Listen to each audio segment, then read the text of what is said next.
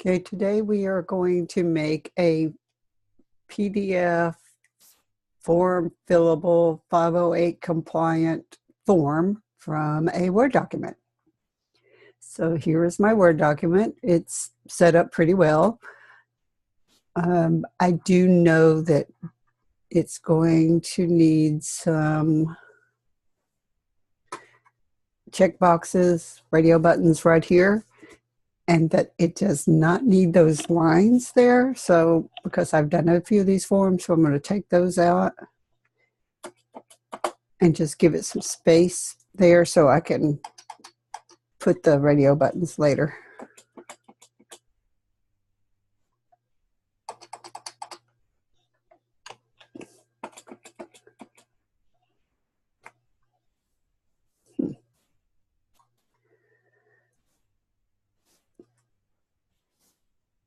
Okay, I'm going to save this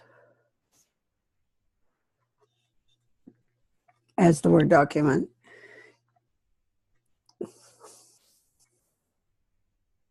So now it's pretty much set up to make into a PDF. So we're going to go to File, Save As.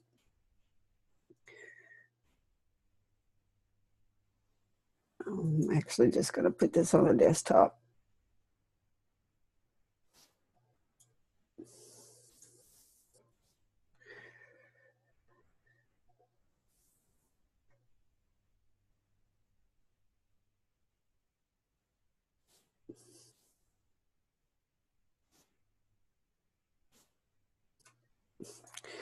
And you got to make it PDF, actually.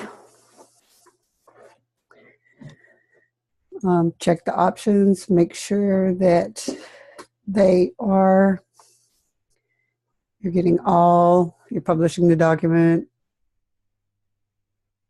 and all these are checked.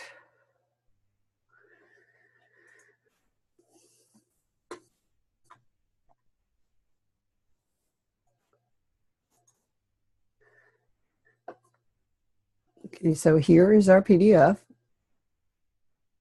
Looks just like our Word document.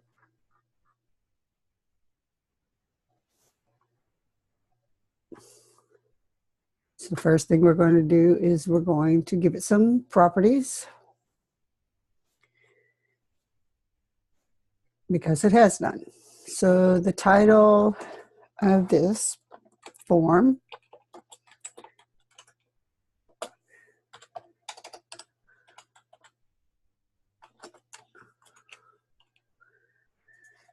the author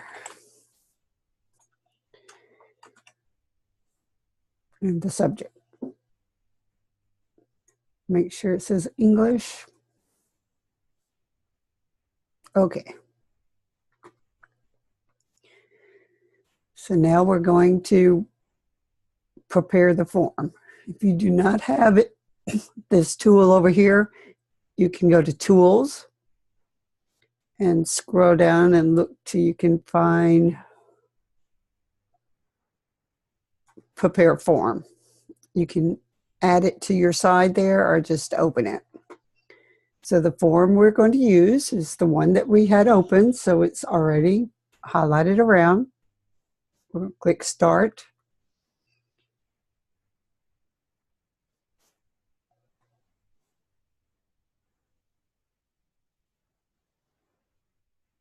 Let me show you what just happened. So I clicked Start, and it says that I have to save the changes I just made. So save, we're saving it. Yeah, we're replacing it. So now Prepare Form is right up here. We can go through this form and see where it added the form fields for us. We're going to go back up here. We do not really need a form field here. You can see it's right here. You press the delete key and it goes away. Again, we don't need that form field. You can either click on it right here and press delete, or you can highlight it right here and press delete.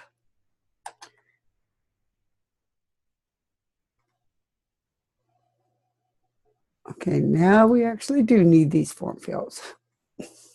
So this one is your name, type your name and print it. It's awful small, so what we're going to do is we're going to make it a little bit bigger, and then we're going to move it over so you can read, type, or print. This one is a signature. This one is a date. So we actually want to make it so it's a drop-down box just to put the date in. So we're going to right-click, go to Properties,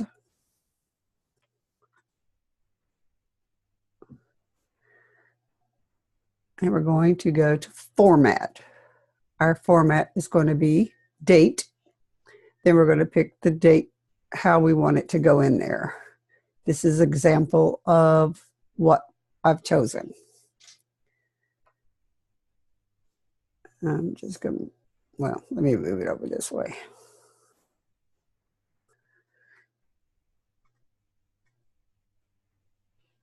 We're going to use that again. We can go to the next box they have. Name or printer name, 2, that's fine. Social security number, telephone number, print. Our city is awful small. We're going to make it a little bit bigger and move it over. Our state is small.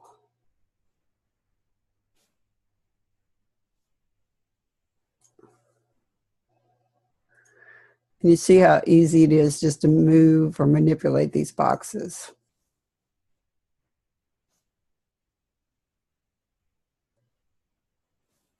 And I'm going to make the whole thing bigger so I can read it. Close. You see, I did not do a good job with that one.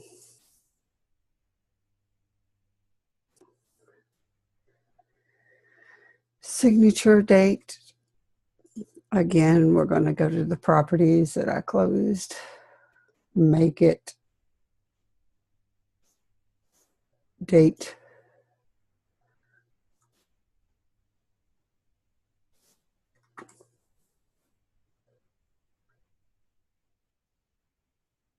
This is another box we do not need. Here's where I need to put these check marks.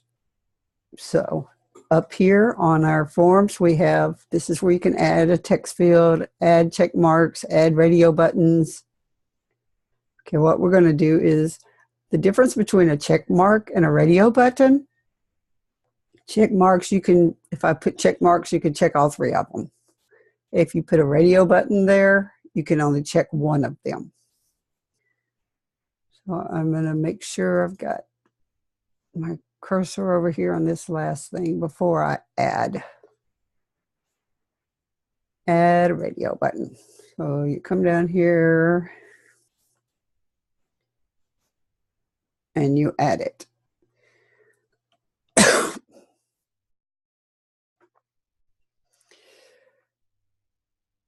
There's different ways to keep adding them. You can just click on add another button, put it right here, add another button, put it right here.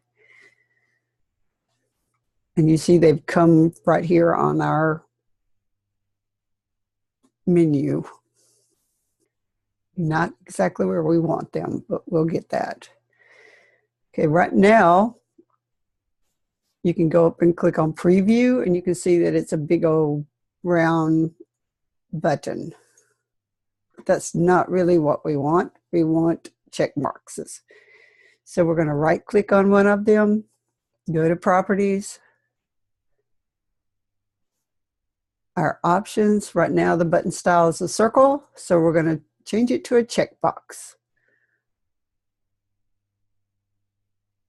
We're going to do that for each one of these.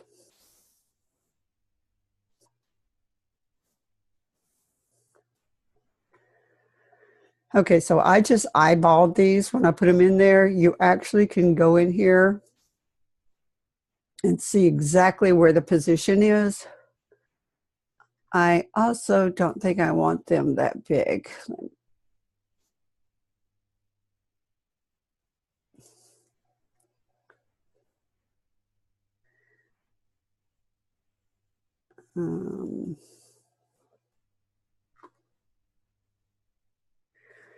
So when I previewed this, I saw it has a checkbox. It's already checked. Bad thing. What that means is it's going to have a problem when we make it 508. So what I'm going to do is I'm going to delete this one, and I'm going to add another button. Also, it will show you how to add a button when you don't have that box that we had up earlier. So what we're going to do is we're going to go over here to this group, because this is the group that we're doing, and we're going to add a new field, and it's a radio button. So we can put it right here. And you see that it just showed up down here in our choice 3. All properties, we're going to make that a checkbox. Okay, back to these. You can see that the bottom is 4.88 on that one, 4.89 on that one, 4.89 on that one. So what we're going to do is we're going to change this one. So the bottom is 4.89, so they're all even.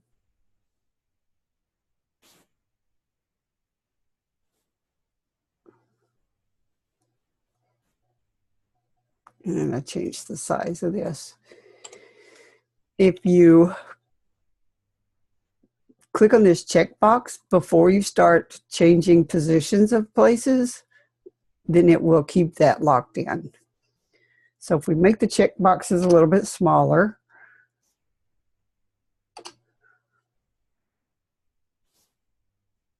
and then we make this, check this, it says, oh, now it's not going to move if we change this position. So we can use our up and down arrow keys to make it go up and down, sideways, or we can look right here and change it and make it wherever we want it, as long as it's the same all the way across. And because I've got this checkbox checked here, it's going to still be checked here with a different size. But we want the sizes all the same.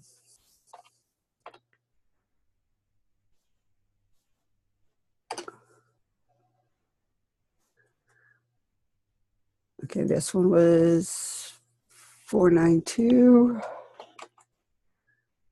So we're going to make this one 492. And then we're going to go over to our last one. We're going to uncheck that so we can change the size.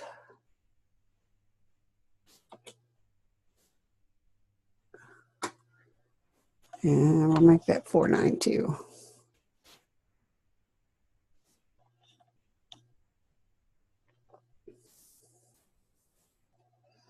You can preview what these look like by going up here in the right-hand corner and clicking on preview.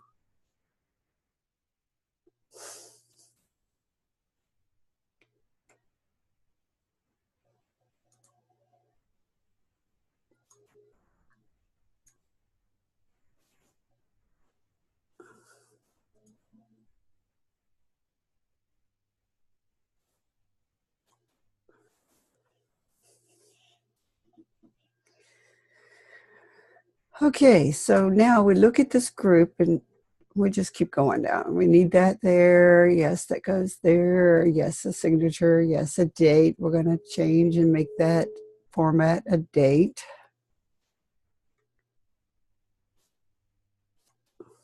Hopefully I didn't do that too fast that the movie didn't take.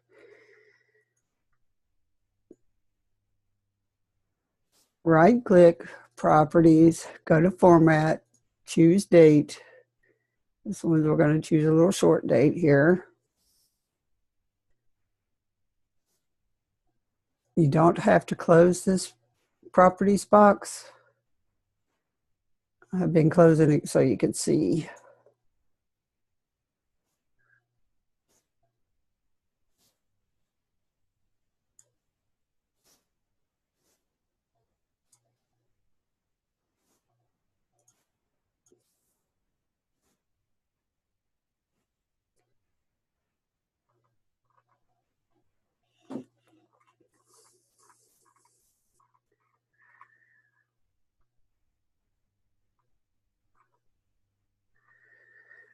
Okay, now we're going to make sure they're in tab order.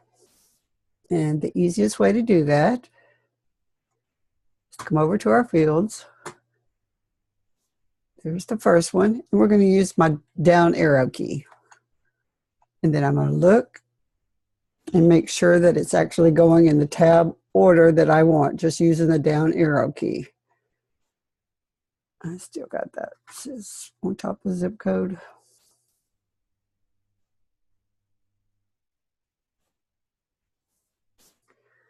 Okay, back to my down arrow key.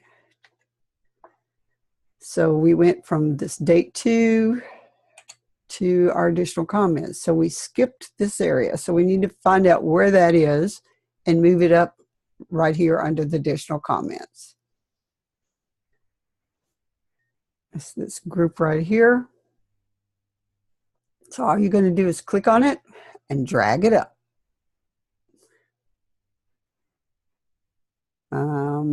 Under additional comments.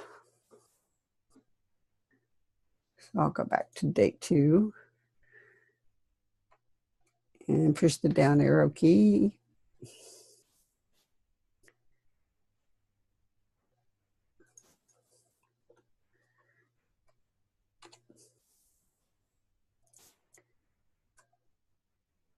Oh, and I've got the group in the wrong place. So we're going to move up this group. Back to date 2. Now we've got that group in the correct place. Additional comments, healthcare providers, signature, date, employee's name, date, lot. And just by pushing the down arrow key in that fields, you can see how the tabs are going to move. So we're going to go back up to these that I just made. And we're going to rename this group. So to rename the group, we're just going to say whatever the group is about.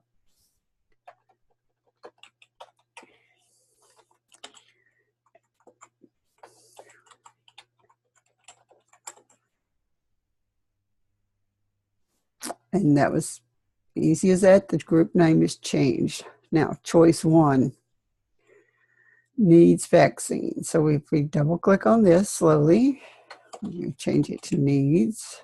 Choice 2, does not need. Choice 3,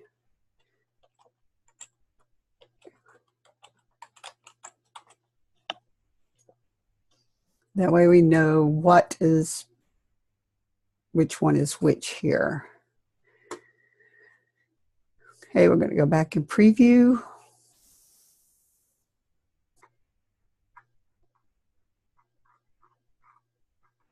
Let's make it page. Okay, looks nice. It works. Okay,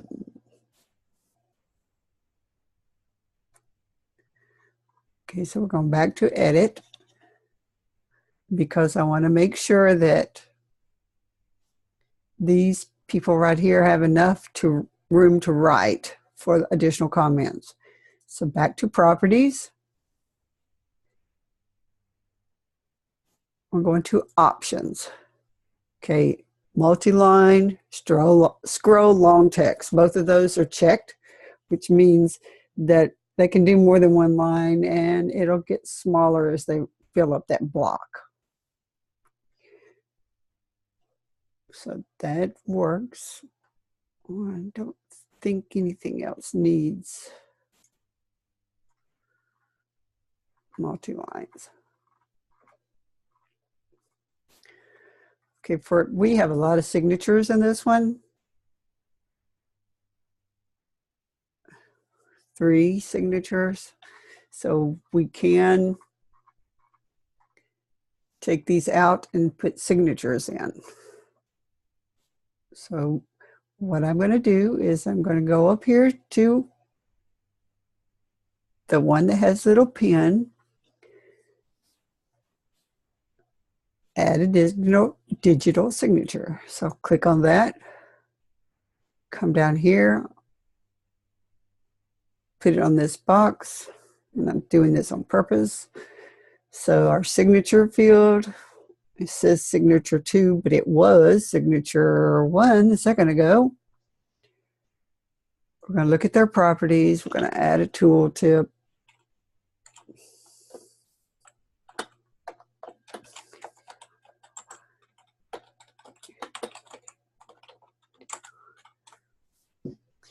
If you want the document to be locked after it's signed by this, then you can do that right here.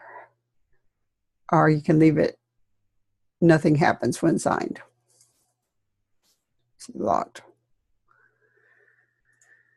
Because we have several signatures in here, we're going to not have them. Nothing's going to happen when it's signed. Okay, so now we're going to have a problem because we have that signature and then this signature. So what we're going to do is we're just going to click over here on our field and hit our delete key. So now we only have one signature block here. You can use your arrow keys to move it around so it fits into that space. Now we're going to go down here. And the reason that I'm highlighting the item in this field is so that when I put a signature block here, it is automatically adding it right below where I had it. So see, this is the signature 2 that I had just a minute ago, and there's signature 3. If I didn't highlight it and I just put it on there, then it would go to the bottom of this list. So we're going to delete this signature. And now we've got that one. Okay, so I'm going to do an example for the last one to show you what I was just talking about. Go up here to get another signature box. I'm going to add it right here. And you see that it went, well, it did. It actually went to the right place. Sometimes it will, sometimes it won't. But if it's down somewhere that doesn't need to be and you need to move it, all you have to do is click on it and move it up.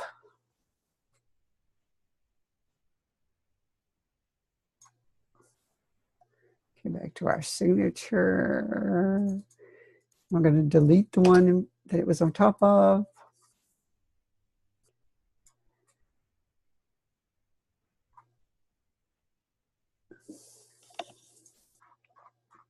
And we're going to rename these. This one's the employee signature.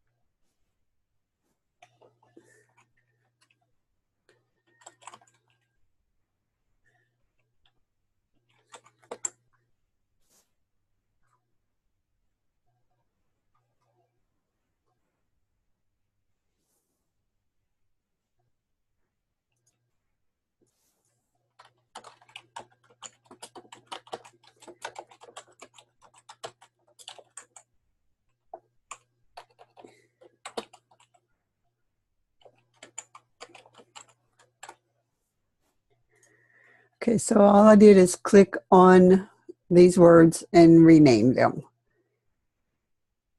If you wanted to have the same date in your form, the same field in your form, usually it's a date, throughout the field, then you would leave it, you would make the words exactly the same. So if it said date here, and then this one was date instead of date 2, if I put the date in one of these fields, it would automatically populate throughout the rest of them. Okay, so we're going to preview this. So now we have it where they can sign it. This is a date box all the way through. So now it's PDF form fillable. So the next thing we're going to do is we're going to close our prepare form so we can go back to our tools. Excuse me. Again, I have the accessibility checker here, but you can go to tools and the accessibility right there. So now our checker is open. We're going to do a full check.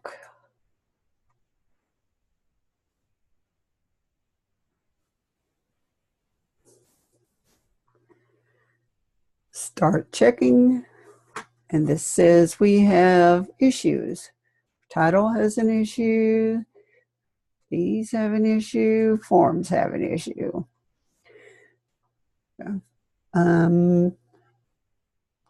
Tab order failed. Tagged form fields failed. So the first thing we're going to do is go up here and auto tag our document.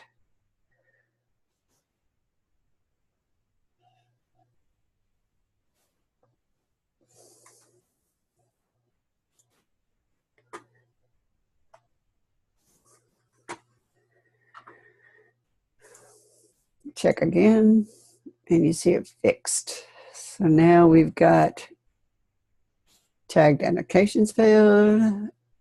Those are some links that was put in here. So what we're going to do is we're going to right click, showing content panel. There's the one that's got a problem. So we're going to right click. We're going to find.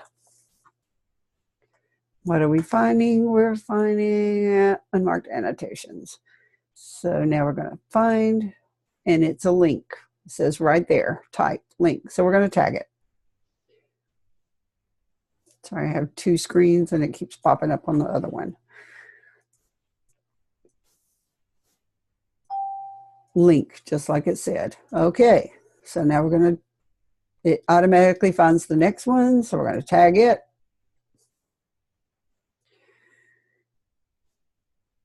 It pops up as a link already. So we say, okay. And you get this find complete. Okay. So we're going to close it. We're going to go back to our accessibility checker.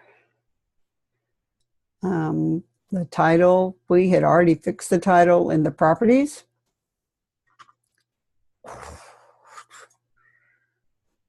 Right there. So we're just going to fix. And the reason I didn't just recheck that other one was because I knew once you check one thing, it's going to recheck everything. So now we have some heading problems. Show in the tags panel. Oh, it says it's heading 4. That's really not heading 4. That is heading 1. So I'm going to click on it. So it highlights. I'm going to make it heading 1. Well, if I go back and recheck, it's going to come back and say this one's a problem too. So this one is actually heading 2. You can go back and recheck in your accessibility checker. Check again. Still got another problem. You can do it each time and it'll go down and tell you each one. Or you can actually look at it and say, oh, heading 2, it has to go in order. So the 4 does not come after 2. And I can look at each one of these and see that it is heading 2. And that one's going to be a heading 1. That one's going to be a heading 2.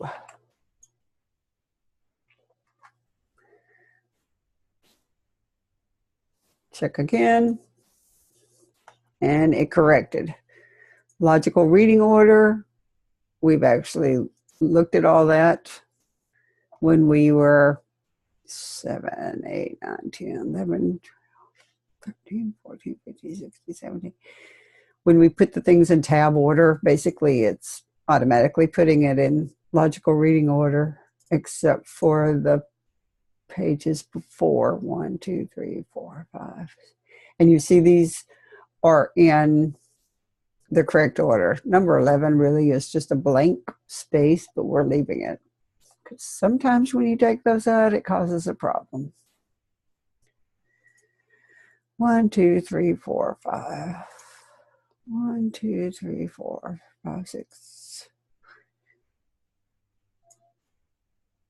Okay, so it's all correct. Passed. Color contrast. We're going to close our, this opens when you click on logical reading order. We're going to close that. We're going to actually just look at the document, and there is no color. Besides, I have these purple, which yours may be blue or some other color. And so there's no color contrast. We have no problems with that, so it passes. So now it is all 508 compliant.